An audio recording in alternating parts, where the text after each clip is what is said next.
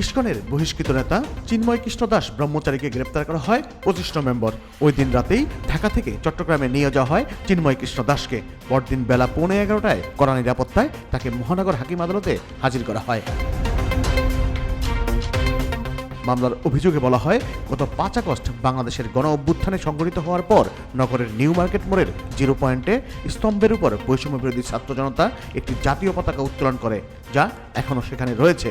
25 October বাংলাদেশের সনাতন জাগরণ মঞ্চের উদ্যোগে লালদিঘির মাঠে একটি মহাসমাবেশ হয়। চট্টগ্রাম বিভাগের বিভিন্ন এলাকা থেকে হাজারো মানুষ ওই সমাবেশে যোগ দেন। ওই দিন চিন্ময় কৃষ্ণ দাস সহ 9 জন আসামির ইন্ধনে বাকি আসামিরা নিউ মার্কেট মোড়ের 0 পয়েন্টের স্তম্ভ ও আশেপাশে বাংলাদেশের জাতীয় পতাকার উপর ধর্মীয় গোষ্ঠী ইসকনের গেরুয়া রঙের ধর্মীয় পতাকা উত্তোলন করে সেখানে স্থাপন করে দেয়। এ নিয়ে সাধারণ নাগরিকদের মধ্যে ব্যাপক ক্ষোভের সৃষ্টি হয়। 26 নভেম্বর দুপুরে চট্টগ্রাম 6-এর কাজী শরীফুল ইসলামের আদালতে তোলা হলে রাষ্ট্রদ্রোহের মামলায় জামিন নামঞ্জুর করে তাকে কারাগারে পাঠানোর নির্দেশ দেন বিচারক। এরপরেই রণক্ষেত্রে পরিণত হয় চট্টগ্রামের আদালত প্রাঙ্গণ। সংঘর্ষের ঘটনায় সাইফুল ইসলাম আলিফ নামে এক আইনজীবী নিহত হয়েছেন। 13 জন পুলিশ সদস্য আহত হয়ে পুলিশ হাসপাতালে চিকিৎসাধীন রয়েছেন বলে খবর পাওয়া গেছে। চিন্ময় কৃষ্ণ দাস ব্রহ্মচারীকে গ্রেপ্তার এবং জামিন আবেদন নামঞ্জুর করার ঘটনায় উদ্বেগ জানিয়েছে ভারতও।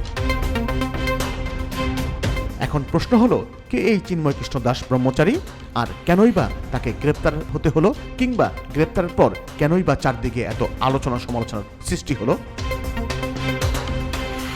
চিন্ময় কৃষ্ণ দাসের আসল নাম ছিল চন্দন কুমার ধর। কৃষ্ণ দাস ব্রহ্মচারী বাংলাদেশ হিন্দু অধিকার সংরক্ষণ আন্দোলনের পরিচিত মুখ। তিনি বাংলাদেশ সম্মিলিত সনাতন জাগরণ জোটের সক্রিয় সদস্য।